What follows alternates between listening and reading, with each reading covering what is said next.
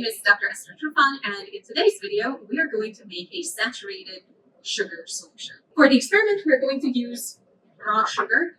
This is a little better at dissolving in water than white sugar will be, and deionized water. For our equipment, we will need a magnetic stir bar because today I will be using magnetic stirring. But if this is not available to you, you may use warm water and a stirring rod. It will simply go quite a bit slower.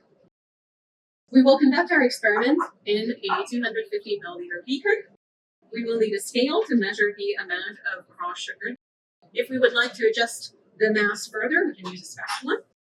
To measure the volume of water that will be added, we are going to use a 50 milliliter graduated cylinder. And because I'm using magnetic stirring, I need a stir plate and hot plate combination.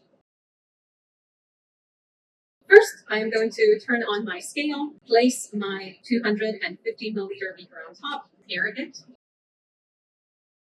and then transfer 100 grams of the raw sugar inside.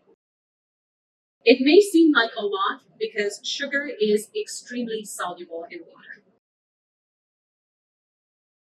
It is just a little bit over 100.17 grams. We can take the beaker off the scale and set the scale to the side. Next, I'm going to measure 50 milliliters of deionized water.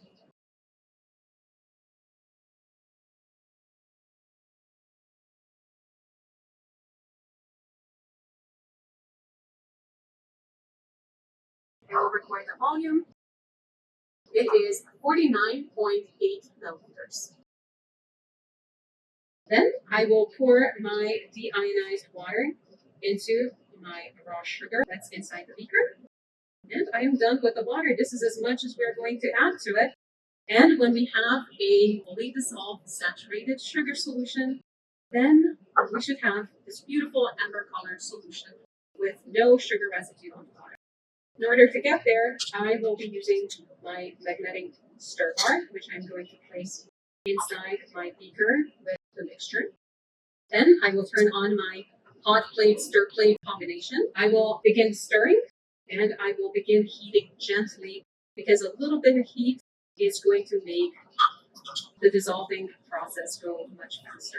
If we do this right, it should not take us more than about 10 to 15 minutes to get it fully dissolved.